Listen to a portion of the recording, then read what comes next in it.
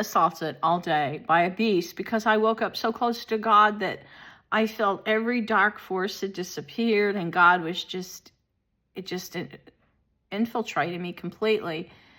And it's a oneness, really. When you're connected to God and Jesus, it's a oneness that nothing penetrates. It's your own whole soul's world. And next thing you know, I'm being chased. I've got the real thing touching me in my home worse than it ever has. And all I can think of is going back to when this began. This began when an evil person lived on my husband's street who worked in the White House as a Secret Service agent for the president's daughter. A crazy ex-wife teamed up with him and her manipulating friends that had lived in this subdivision revision with her a short time. The heart surgeon's wife, her best friend Chris Carpenter, Alex Siko's wife, and these women had nothing better to do with their time than badmouth their husbands while they were at work, go to jazzercise, and follow me to the pool to try to tell my poor husband, given to his ex-wife. He couldn't get a moment's peace, the Secret Service agent's wife would. Even though he had 3 of the kids and she lived out of state and left them and signed over custody of 4 of them and didn't come back until the new stepdad didn't work. Even though my husband was taking care of them, he was being bombarded by all these women that were bossing him around.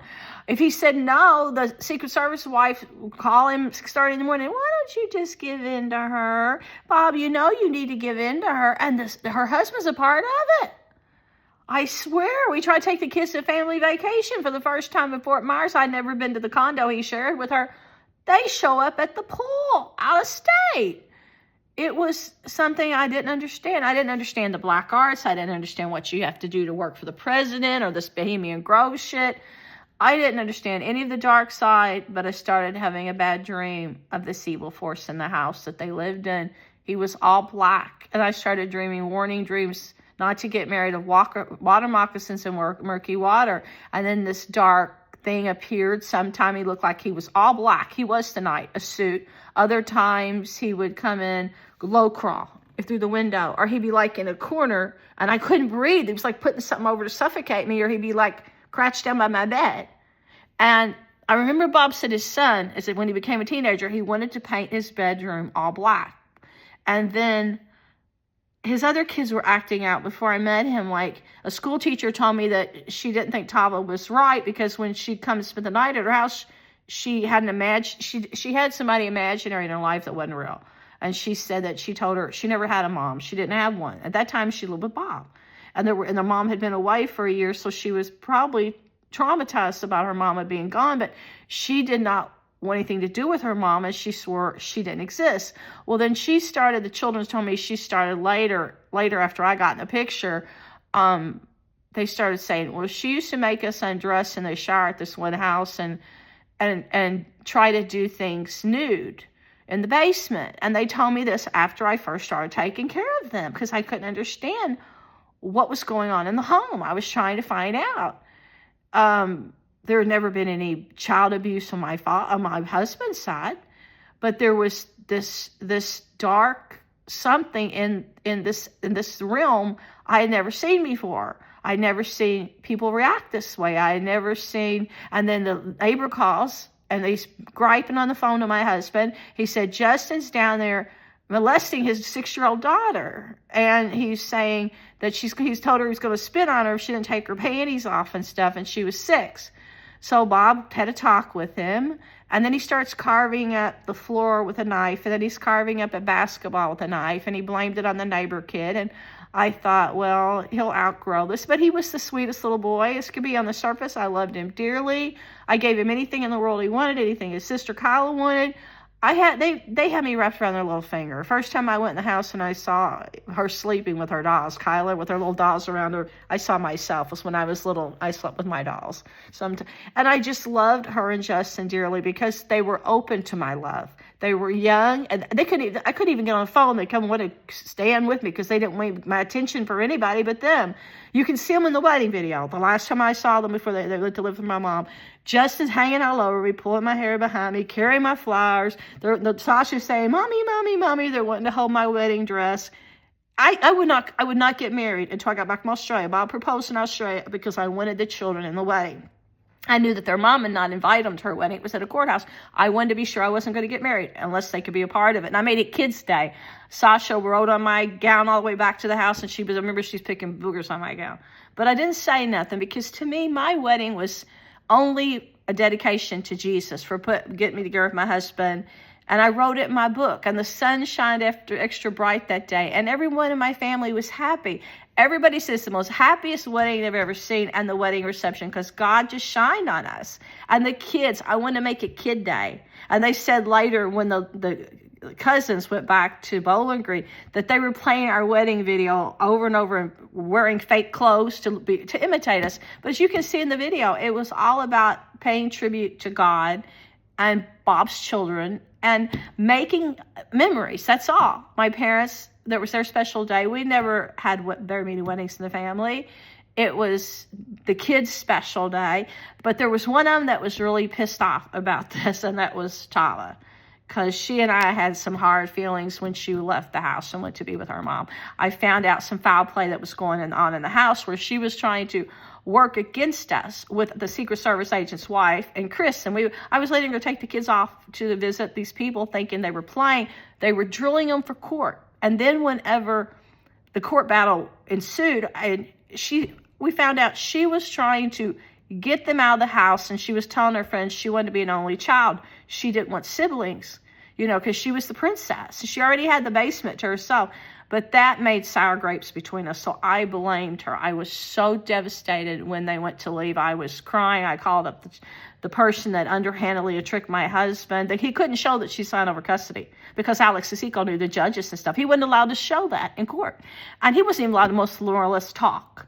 And so they tricked him in through a crooked lawyer signing this thing of not showing he had custody and saying everything would depend on psychologicals who got the kids. Well, then we found out the psychologist by the new attorney we got had been a setup the whole time. You should have never signed anything saying your child's future depends on what the psychologist finds. So when I found out that she was working with the crooked lawyer, I called her up and crying and screaming on the phone, telling her she'd ruined their kid's life, she'd sent them to the devil. And that's pretty much the environment that they were in at the time they left. But you can see that after the time they left, how happy they are, how well adjusted they are, how we were having sit-down meals, how we were a family, how there was once a void in their life, but after a year, it had been filled. They didn't have a hole in their heart. They didn't feel they had to prove themselves to someone or have to work hard to get their attention and affection. They got where they didn't care if they ever called once a month. They got where they didn't care if they ever seen that person. And that's when all hell broke loose. That's when they came back because they couldn't stand it. They couldn't stand that the kids were happy and well-adjusted, and they were treated better than little rich kids. Three seasonal wardrobes a year my husband got them, which was spoiling them. You couldn't even close their closet. He'd take them ski in Vail, Colorado every year. He'd take them twice to Florida in the timeshares. He took them on trips, and every week was Kid Day when he was off work. It was amusement parks. He let them have theater, movie theater, roller skating. It was always to educate them. And he would not leave our home because he picked a nice neighborhood for them to go to the best schools. After she left, when she went to Cookville, they started flunking. But my husband would not let go of that house for a year and a half because he was hoping someday they'd come back to him because he wanted them to have the very best education.